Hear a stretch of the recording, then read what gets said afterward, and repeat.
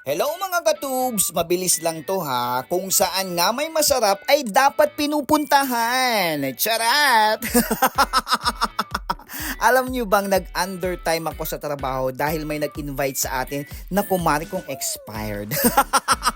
Oo, naimbitahan tayo na mag-queuing. Kaya naman, go agad ang first on. Ito naman ang ilang minutong video ng kaganapan ng Dayo series ko today. Kaya itutur ko kayo for today's video. Alam mo yung feeling na badminton is life, lalo na kapag gusto mong madistress sa buhay, go ka lang ng go kahit wala kang pera dahil tampalasan kang pumalo. Divine! So eto na nga, impromptu na naman tayo. Babiyahe tayo from Gento. Mula lang yan sa Giginto, Bulacan to St. Mary. Santa Maria, Bulacan yan. So ready na ba kayo? We are about to close the main cabin door. All ground personnel, please disembark now. This is Cebu Pacific. Pacific?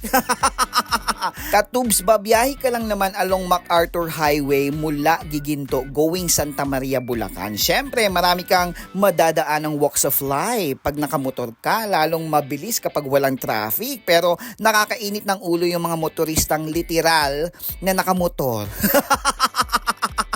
Diba kapag naka-jeep ka, jeeperista ang tawag sa'yo.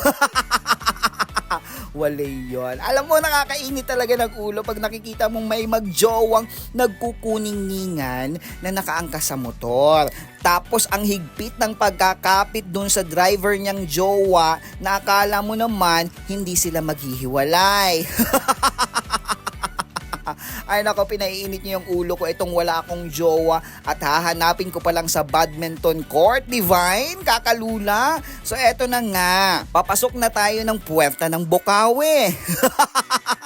Medyo to the left tayo going Philippine Arena at syempre madadaanan nyo dyan ang napakalaking food park kung saan pwede kayong lumafest after ng game nyo ng badminton. At eto na nga ang Philippine Arena, talagang napakalaki nga niya. Medyo to the left ulit tayo dyan papunta sa ating court venue at eto na nga, tinatahak na natin ang lubak-lubak na daan kung saan tinatago at tinutumba yung mga walang backhand. Tapos pag naitumba na nila, itatayo ulit nila. Dahil nga kapag tumayo yan, for sure, malakas na yang mag-backhand, malakas na yan mag-smash, at syempre may footwork na. Syempre dito nila tinitrain yung mga future na players ng ating bansa. Divine? Disclaimer lang po sa lahat ha, ito ay katuwaan lang, pampa-good vibes lang ba, para hindi tayo masyadong mediocre type of vlog. Mediocre? Wow, ang lalim nun ha. Welcome to Santa Maria Badminton Center. Bagong renovate lang ito guys ha, kaya kung mapapansin ninyo, work in progress pa. Pagpasok mo pa lang sa puwerta ng court, makikita mo na ang venue. May mga lamesang pang-inuman after game. Pwede kayo dyan tumambay, magtong eats, mahjong, sakla, at pwede kayo mag-table. Nang jojowain mong player na alam mong hindi ka iiwan sa oras ng pustahan. May mga nag-aantay din ng mga cure, si ate na nag-aantay ng reply ng kanyang jowa. Buti pa siya.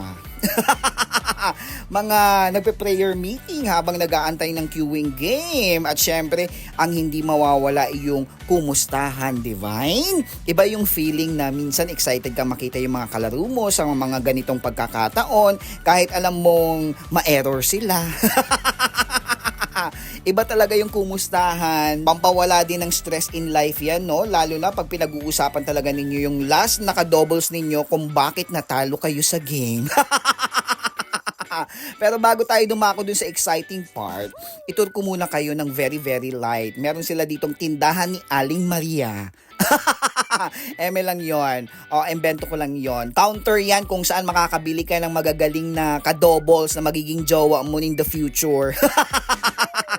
Charet lang. Syempre, bilihan niya ng mga pangangailangan mo sa buhay badminton. At syempre, hindi mawawala dyan ang CR nilang bagong-bago. Syempre, panlalaki lang yung pinasok ko, Divine. Baka naman mapagkamalan tayong kineme pag tinur ko yung sa pambabae. Pero syempre, same lang naman yan. May urinal, may shower room, discomfort room, at lavatory na wala pang salamin. Don't worry kasi pagbalik ko, meron na daw yan siya. Kakalula, Divine. Syempre, sinilip ko baka may nagsha-shower. At syempre, malay mo, diba? Mag-hi sila dun sa sa vlog ko. Kakalula, Divine. At eto na nga ang puwertahan. Pagbukas mo, boom! Court agad. Syempre, inedit ko lang yan. Syempre, ganyan ko sisimula na i-brief kayo sa loob ng newly renovated courts. At may pagkasosyal ha, dahil ang flooring nila kahoy pero may naka-engrave na Louis Vuitton. Tapos syempre, naka-Tara Flex yan at bagong-bago dahil nga yung may-ari, nag-loan pa niyan sa bangko para lang mapa-Tara Flex. Charit lang. Divine? Alam nyo ba guys, 5 courts nga pala sila and enough space na yan for you to play badminton. Sama mo pa ang buong barangay mo, kasya. Pero agaw eksena talaga si Father, no? Charit lang. Naisama ko lang at nahagip lang naman ang camera kasi nga kanina nakita niya na nagvi-video ako. So feeling ko, umi-eksena talaga siya. Binigyan ko naman ng moment. Sorry na po. Mahal ko po kayo, Tay. Pero uy, magaling si Foodra ha. Kaya pa niyang mag-jump smash pero 1 foot nga lang ang taas. Pero promise magaling talaga siya.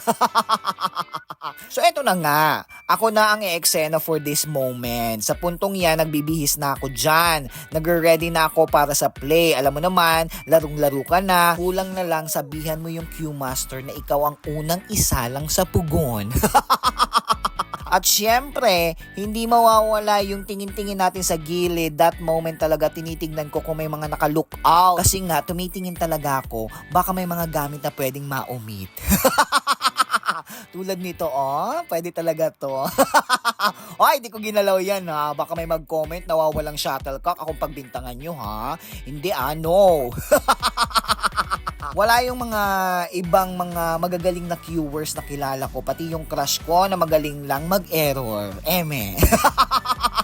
But of course, some familiar faces. Tulad na lang nitong kumparing si Medj. Apir-apir pero plastikan lang talaga yan. Ay, hindi, tropa natin yan ha. Dax yan talaga. Dax pumalo at baon kung baon. Siyempre kasama natin dyan si Queen Ariel. Ay, day, grabe kung lumipad yan. Nahahati ang katawan pag naglalaro. Manananggal lang ang peg. Sorry na po. Diba? Uminom pa siya kasi nga magpapahid na siya ng langis. Pero syempre, di magpapatalo yung kabilang panig. Palo kung palo. At syempre, si Mama. Super galing yan guys. Ay as in, kayang-kayang pasayawin yung mga tao sa loob ng court. O diba, sayaw talaga sila kung sayaw. Salamat Mother, Charis. Diyos ko dahil baka hindi na ako pasalihin sa queuing sa mga susunod na araw sa mga pinaggagawa kong ito. O eto naman, ako naman yan ha, at ang aking kadovels, medyo chill-chill lang kami dito kasi nga nagkakahiyaan pa kami. Sabi ko nga sa kanila, wag na nating ituloy ang laban, mag-inuman na lang tayo, malalasing pa tayo.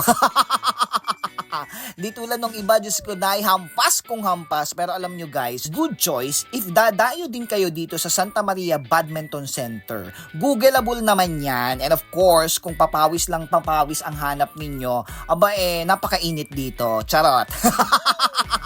Pagpapawisan ka talaga dito dahil nga sa sobrang gagaling ng mga players dito. I mean, if you want to join regular queuing, hanapin nyo lang si Miss Mylene. Siya ang prinsesang nakaupo sa tasa dito.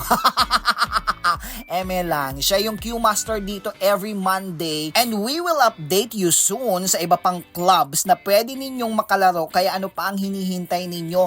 Halina't dumayo dito sa Santa Maria Badminton Center. 'Di ba? Kung palo, wapak na wapak. Ang gusto ninyong kakuning-ningan, gusto niyo maghanap ng jowa, gusto ninyong ma-in love, 'di ba? Ma-in love sa loob ng badminton court. Bakit? Pwede naman, Divine. Ang importante lang, very, very happy tayo sa lahat ng mga dinadayuhan natin, sa lahat ng mga pinaglalaruan natin, at ang importante, makahanap tayo ng jowa. Ayan muna for now. Bye-bye. So follow for more.